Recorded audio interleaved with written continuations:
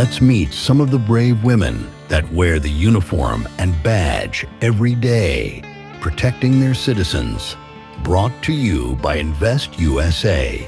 This is From Grit to Glory, the women on the front lines. Let's first sit down with a police officer out of Tempe, Arizona. We are at the police station. I am Candace Knavel, Miss Arizona USA, and I'm also a Tempe police officer. So right now we're at our headquarters for the police department, one of our 3 stations. I never really saw it in the cards for me growing up. I was always gung-ho on being the first female president of the United States. And so I went into school at ASU to study political science. And as I was studying it, I was like, man, politics are tanking. And that was like 2014. So I was like, I want to do something that affects change in a hands-on way. And so I took a criminal justice class just to kind of see my other options. And my professor was a former Phoenix officer. And he was like, well, let me introduce you to some people. He hooked me up with Tempe. I applied for a job, an internship with the department, and they hired me in 2016 as a media relations assistant. Basically, we just got body cameras. I was starting to edit the footage for media. And then as I was working for the department, I started to really just see all that goes into serving a community. I got to do a lot of ride-alongs with the officers, and I was sold. I was like, yes, this is what I want to do. And so in 2018, I graduated ASU with criminal justice degree, and then started the academy in 2019 and never looked back. All of the turmoil going on in law enforcement with defund the police and the different movements that have been trying to pin officers in a bad light, it's been difficult. I started my career at the height of Black Lives Matter, at the height of the George Floyd incident, and so coming into it, I was a young, excited cop ready to serve the community, only to have people that I considered friends at that time say, how could you be a cop? You're racist, you're this or that. And so it was definitely challenging, but I think we're really starting to see the pendulum swing back. And I think using this unique opportunity, being Miss Arizona USA and a police officer, has been such a gift because I've been able to humanize officers a little bit by sharing my own story. I've been able to show everyone that we as officers are real humans. We have families, we have passions, we have hobbies that can be completely opposite of what we're doing. And that's my whole goal. I just want people to understand that we are human. And I think if we can get to each other on a human level like that, we'll start to see the bridge come together with the community and law enforcement. Now, let's jump over to meet with a trooper in Del Rio, Texas. Hey,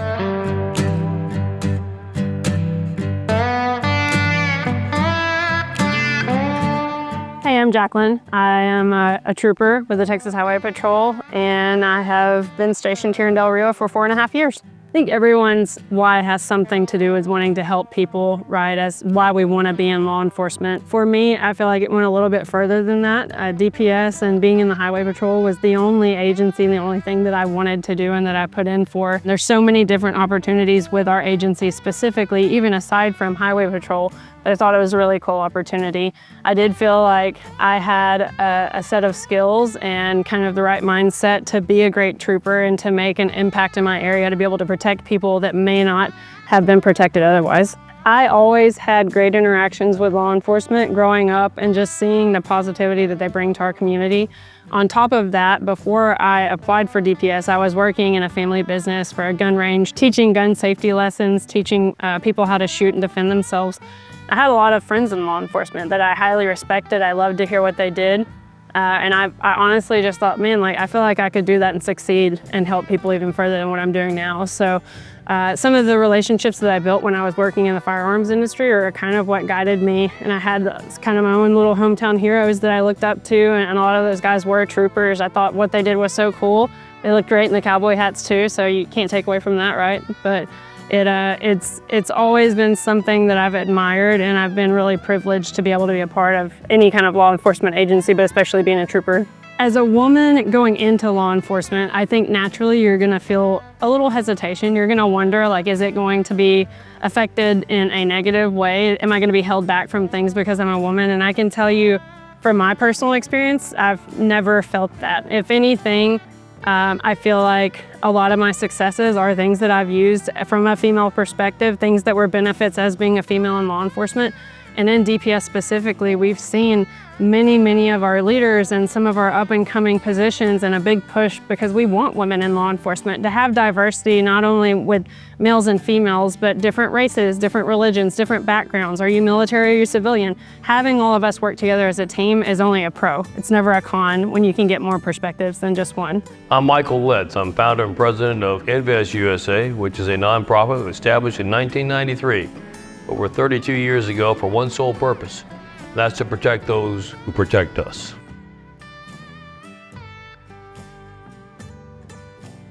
Jumping back to Arizona, let's meet with a Tucson Air Support Officer. My name is Lauren Petty, and I'm a lieutenant with the Tucson Police Department. I actually went to school to become a police officer. This is something that I've always dreamed of doing. And when I was in high school, I really decided, this is my dream, this is my passion. I want to help people and chase bad guys down and put them in cuffs. So at 22 years old, I became a cop and have enjoyed every minute of it. I had a ride-along before I became a cop, and it was specifically here with the Tucson Police Department down on the south side, and it was a very lively evening. We went to a shooting, we went to a stabbing. The officer that I was riding with got into a foot chase. And being young, I wanted to be super active. I never thought I would be in an office just doing paperwork and on a computer.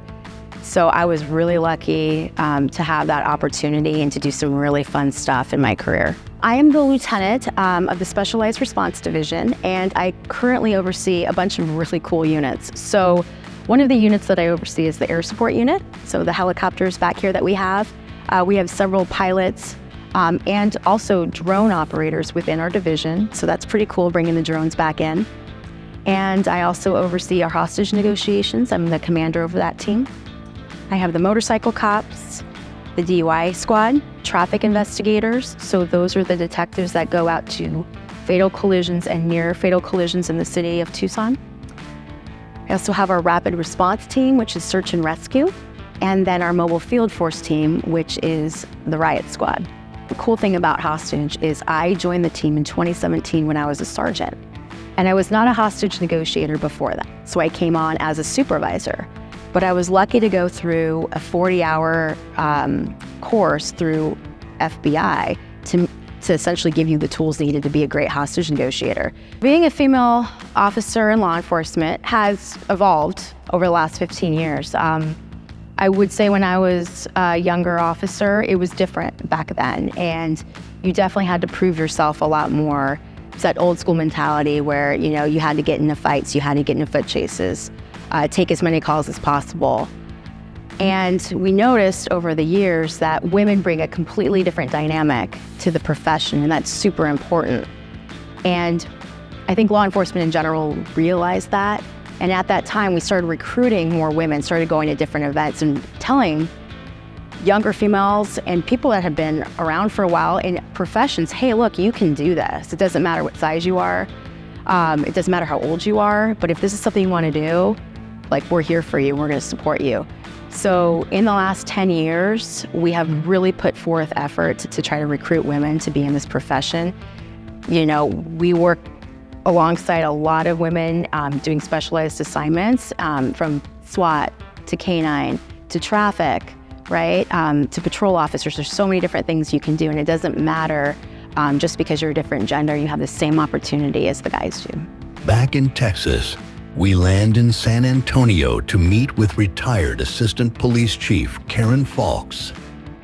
My name is Karen Falks. I am the Assistant Chief for the San Antonio Police Department. I have been with the San Antonio Police Department for 34 years, and I knew from a very early age that this was a profession I was gonna join.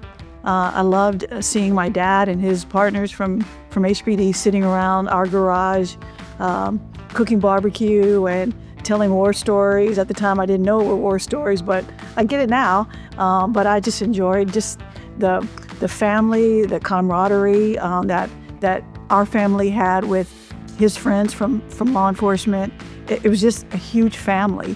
And even at an early age, I kind of understood that, and I just felt like I needed to be a part of that. There was probably about 3% women on the San Antonio Police Department when I came on in 1989.